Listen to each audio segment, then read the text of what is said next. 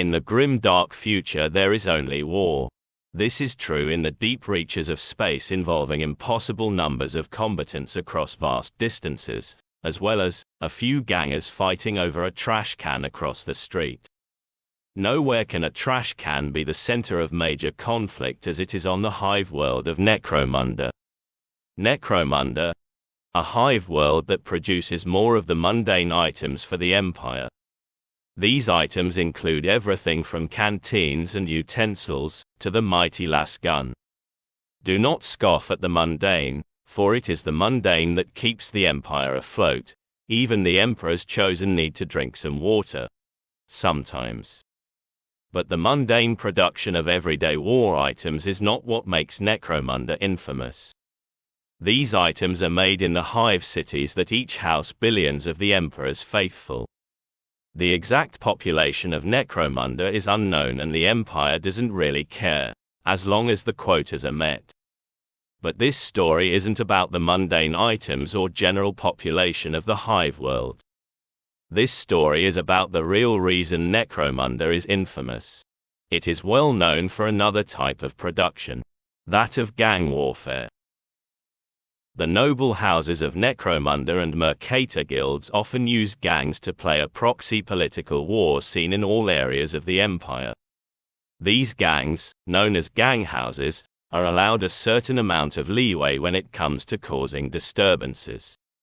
These gang houses make, break, and remake alliances with the noble houses, guilds, other gang houses, and even their own gang as often as an Auric gets into a fight. The recognized gang houses include the tech-driven Van Saar, the furnace-pumping Goliath, the all-female chem-dealing Escher, the mining and alcohol-producing Orlok, the faithful Cawdor, and the shadowy Delic.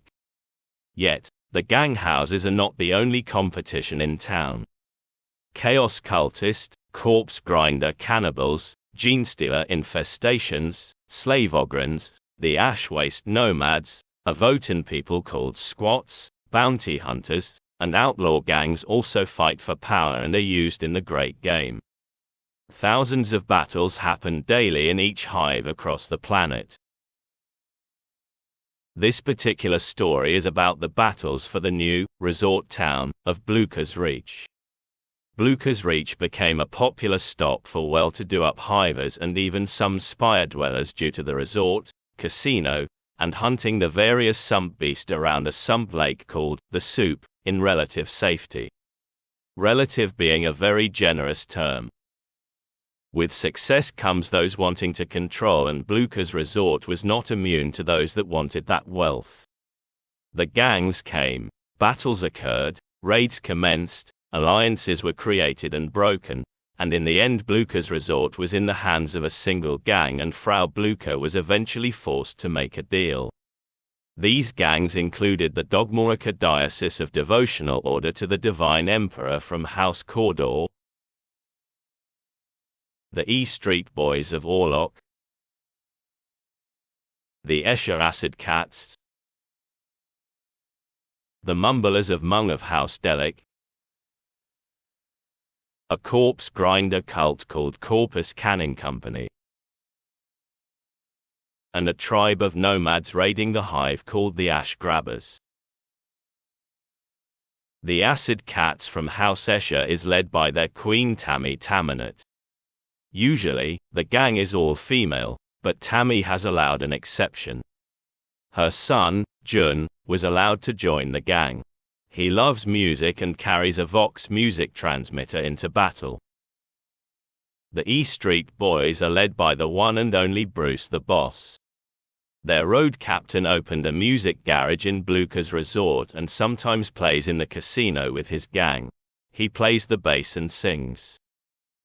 Other than having a stupidly long name, the Dogmetica Diocese of Devotional Order to the Divine Emperor are led by Rubalom Rottenstock, the head priest.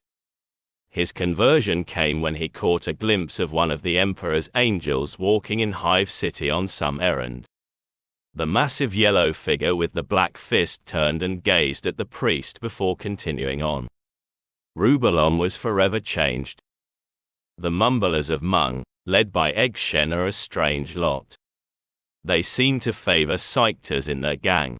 Will it be a matter of time before the Inquisition comes to investigate? Even if they do, the delic will melt away as they usually do. How a corpse grinder cult was able to operate as long as they did in Blucher's resort is anybody's guess. The Corpus Canning Company is led by Cargill. The rumor is he used to be a well-to-do uphiver that owned most of the corpse starch producers, though various shell companies. One day he became bored and tried an exotic new meat. The rest is, as they say, history. Rare is it for anybody in the ash waste to see the elusive nomads. It is even more rare to actually have the nomads set up a raid camp in a hive. This bold group named the Ash Grabbers is led by Bosk. From what has been heard, Bosk is famous among nomads and wasters alike for his hunting down muties in the ash waste as a bounty hunter. He eventually formed his own gang and appeared outside of Blucher's resort looking for plunder and booty. The gangs fought, and in the coming weeks, their stories will be told. This is but one of many stories of the gangs fighting for a piece of the Underhive of Primus on Necromunda.